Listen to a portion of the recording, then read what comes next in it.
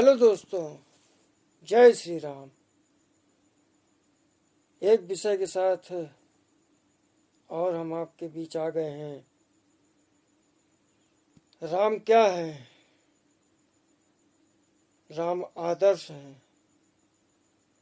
राम विद्यमान नहीं, राम प्रतिमान है। राम जीवन का आधार है।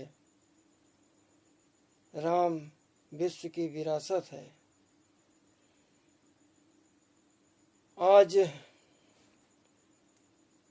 इस विषय के साथ हम आपको सुधांशु त्रिवेदी जी के उन विचारों से जोड़ते हैं जो राम के विषय में राम का क्या योगदान है पूरे विश्व में बता रहे हैं। उसके विषय में ज़्यादा जानकारी उन्हीं के शब्दों में सुनिए। इसलिए आवश्यक है कि राम मंदिर बन के जानते क्या संदेश देगा। दुनिया का इतिहास भरा पड़ा है कि भाई भाई की गर्दन काट के गद्दी पे बैठा, बेटा बाप को मार के गद्दी पे बैठा। यह दुनिया को एक संदेश देगा कि एक ऐसा भी महापुरुष है, एक ऐसे भी भगवान है, एक ऐसी महान संस्कृति है जहां पिता के एक वचन के लिए संपूर्ण राज्य छोड़कर बेटा जंगल में चला जाता है। जहां जिसको राज मिलने वाला होता है वो खड़ाऊ रख के शासन करने लगता है, दूसरा भाई जंगल में चला जाता है। यह संदेश देगा। और दूसरा संदेश जानते क्या देगा? आज दुनिया में देखिए क्या है। रशिया ने यूक्रेन पर अटैक किया हुआ है, हमास ने इजराइल पर अटैक किया हुआ है, चाइना ने पहले तिब्बत को एक्वायर किया, अब ताइवान के ऊपर नजर है, कुवैत को इराक ने कैप्चर कर लिया। एनेक्सेशन, सब्जुगेशन एंड डोमिनेशन, पूरी दुनिया में कॉन्फ्लिक्ट है।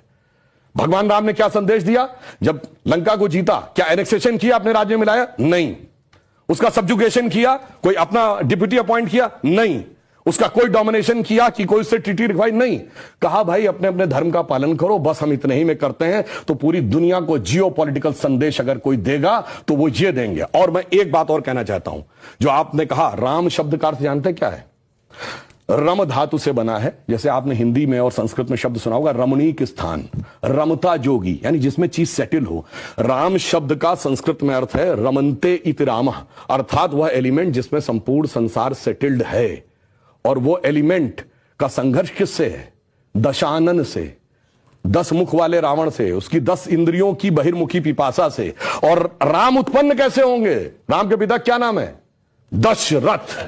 तो 10 इंद्रियों को रखेंगे तब भगवान, तब डिवाइन एलिमेंट आपके अंदर उत्पन्न होगा। Extrovert tendency of all the 10 senses को डिस्ट्रॉय करेगा और धर्म स्थापित होगा। जब ये कहने लगते हैं ये राम वो राम, तो मुझे जानते क्या नजर आता है? वही बच्चों को एलिमेंट्री पढ़ाया जाता है 1 2 3, फिर आगे जाके वो फ्यूचर में एमएससी मैथमेटिक्स भी करता है, बैलिस्टिक इक्वेशन भी बताता है।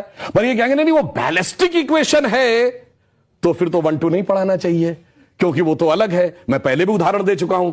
4 - 3 = 1 होता है। आप सब ने जब क्लास 2nd 3rd में एडिशन सब्सट्रैक्शन सीखा, अगर आप 3 - 4 करते टीचर डांट देती थी।